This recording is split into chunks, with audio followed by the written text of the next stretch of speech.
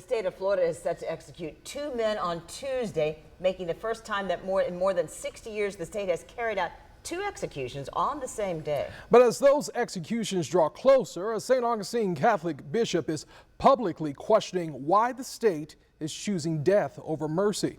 Our Channing Curtis is joining us now. And Channing, I know you spoke with the bishop today about why he's urging the state to spare both men's lives.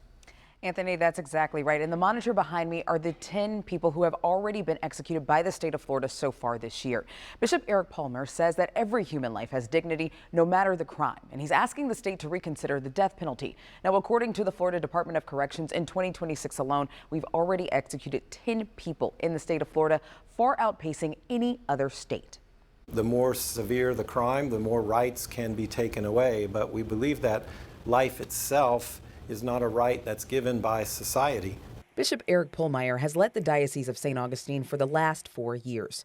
Thursday, he issued this statement posing a question to state leadership. When society has another way to protect its citizens, should it choose execution? In cases where society needs to be protected, where justice needs to be administered, that should be handled in as effective and as truthful and authentic a way as possible. But we have the possibility of restraining those who are capable of such violence in such a way that justice can be served, that society is protected, but also that human dignity can be protected. In 2025, the state of Florida executed 19 people, setting a state record. In the 2 years prior, there were 7 executions altogether. Back in November, Governor Ron DeSantis, while speaking in Jacksonville, addressed why there was such a large increase in executions. My view is it's an appropriate punishment for the worst offenders. We have lengthy reviews and appeals that I think should be shorter, but I still have a responsibility to look at these cases and to be sure that the person's guilty. And if I honestly thought somebody wasn't, I would not pull the trigger on it.